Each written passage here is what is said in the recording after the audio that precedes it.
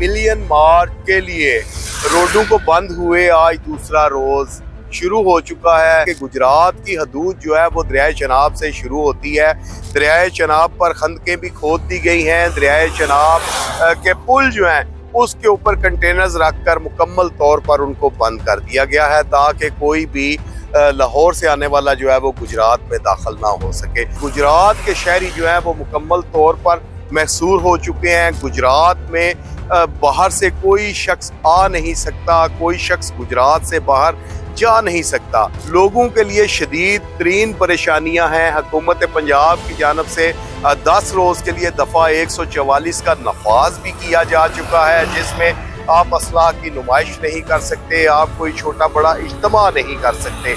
अगर गुजरात पुलिस की बात की जाए तो DPO गुजरात की जानब से गुजरात पुलिस जो है वो मुकम्मल तौर पर इस वक्त जो है वो एक्टिव खड़ी है। हर तरह के हालात से निपटने के लिए मुकम्मल तौर पर पुरअज़म है और पुरजोश है। अस्सलाम वालेकुम नाजरीन, आपका होस्ट सैयद आबिद अली गुजरात से आपकी खिदमत में दोबारा हाजिर है। नाजरीन, मिलियन मार्च के लिए रोडों को बंद हुए आज दूसरा रोज़ शुरू हो चुका है।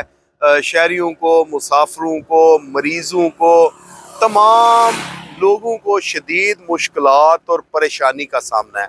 यहाँ पर मैं आपको ये बताता चलूँ कि मिलियन मार्च जो है वो अभी शादारा सा निकल चुका है और उसको रोकने के लिए हुकूमत की जानब से जो है वो इंतज़ामात किए गए हैं। उनके हवाले से मैं आपको बताऊंगा कि गुजरात की हदूद जो है वो दरियाए चनाब से शुरू होती है। दरियाए चनाब पर खंदकें भी खोद दी गई हैं। दरियाए चनाब के पुल जो हैं उसके ऊपर कंटेनर्स रखकर मुकम्मल तौर पर उनको बंद कर दिया गया है ताकि कोई भी लाहौर से आने वाला जो है वो गुजरात में दाखिल ना हो सके। दूसरी साइड से अगर कोई सियालकोट से आता है तो वो शहबाजपुर पुल से निकलेगा। शहबाजपुर पुल जो है उस पर भी कंटेनर लगाकर जो है उसको बंद कर दिया गया है। इस वक्त मैं GT रोड पर मौजूद हूँ। ये इंतहाई रश वाला रोड होता है। आप देख सकते हैं कि इस वक्त यहाँ पर बिल्कुल सन्नाटा है क्योंकि ना कोई ट्रैफिक यहाँ आ पा रही है, ना कोई जा सक पा रहा है। लोग जो है वो मोटरसाइकिलों पर सफ़र कर रहे हैं क्योंकि मोटरसाइकिलों का रास्ता जो है वो खुला हुआ है। अब शहबाजपुर जो है उसको भी बंद करने के बाद सियालकोट वाली साइड से भी कोई बंदा गुजरात में दाखिल नहीं हो सकता। ना गुजरात से कोई बंदा सियालकोट की जानब जा सकता है, ना लाहौर की जानब जा सकता है।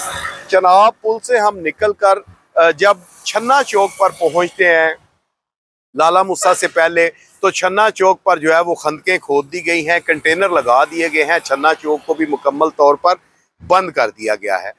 वहाँ से आगे जो है खारियाँ चले जाते हैं तो खारियाँ में डिंगा चौक पर जो है वहाँ पर भी खंदक खोद कर वो रोड को ब्लॉक किया गया और एक साइड पर जो है वो कंटेनर लगाए गए हैं। वहाँ से आप आगे चले जाएं तो फिर सराय आलमगीर और जेलम तक। मकसद ये है कि गुजरात के शहरी जो है वो मुकम्मल तौर पर महसूर हो चुके हैं। गुजरात में बाहर से कोई शख्स आ नहीं सकता, कोई शख्स गुजरात से बाहर जा नहीं सकता। लोगों के लिए शदीद तरीन परेशानियां हैं। हुकूमत पंजाब की जानब से 10 रोज के लिए दफ़ा 144 का नफाज भी किया जा चुका है, जिसमें आप असलाह की नुमाइश नहीं कर सकते, आप कोई छोटा बड़ा इज्तिमा नहीं कर सकते। अगर गुजरात पुलिस की बात की जाए तो DPO गुजरात की जानब से गुजरात पुलिस जो है वो मुकम्मल तौर पर इस वक्त जो है वो एक्टिव खड़ी है। हर तरह के हालात से निपटने के लिए मुकम्मल तौर पर पुरअज़म है और पुरजोश है। लेकिन शहरी जो हैं वो इंतहाई परेशान हाल हैं। लोग जो हैं वो कहीं आ नहीं पा रहे, जा नहीं पा रहे। एम्बुलेंसेस जो हैं वो फंसी हुई हैं। मरीज़ जो हैं वो मुश्किलात में हैं। अगर किसी ने कोई बारात लेकर कहीं जाना है तो वो नहीं जा सकता। तमाम तकरीबात जो हैं वो तकरीबन मुकम्मल तौर पर बंद हैं। आज दूसरे रोज़ गुजरात के शहरी जो हैं वो महसूर हो चुके हैं। बिल्कुल अगर बात की जाए शहरियों की तो शहरियों का कहना ये है कि अगर चनाब का पुल बंद कर दिया गया है, उधर से जेलम का पुल बंद कर दिया गया है, तो बाकी इतनी खौफनाक सूरत हाल जो है वो क्यों पैदा हो रही है। शहरी जो है वो काफ़ी खौफो हरास लोगों में पाया जाता है क्योंकि जगह जगह पर खंदकें खोदी जा रही हैं। खंदकें और खंदक जो है वो 20 फीट जो है वो गहराई में है और 30 फीट जो है वो चौड़ाई में है, ताकि वो किसी हाल में कोई भी क्रॉस ना कर सके। ये एक किस्म की जंगी सूरत हाल है। दूसरी जानब से ये देखा जाए तो इस वक्त लोगों का कहना जो है वो ये है कि मिलियन मार्च जो है वो इस वक्त की ज़रूरत नहीं थी।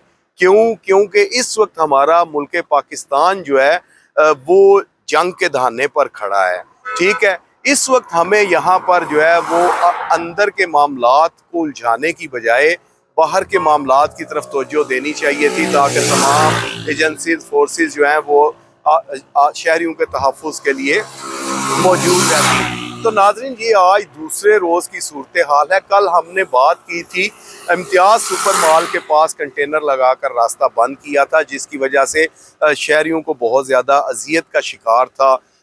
उसके बाद स्कूलों में छुट्टी अनाउंस नहीं की गई थी, लोकल हॉलीडे नहीं दी गई थी, जिसके बायस स्कूल के बच्चे बच्चियां जो हैं उनको भी बड़े परेशानी और दिक्कत का सामना करना पड़ा है।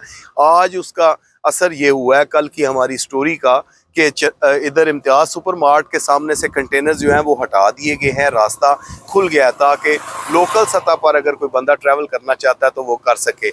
इस वक्त जो है वो सूरत हाल तो कुछ इसी तरह की है और बड़ी खौफनाक किस्म की सूरत हाल है, क्योंकि इतनी बड़ी बड़ी खंदकें जो हैं ये जंग के ज़माने में ही खोदी जाती हैं।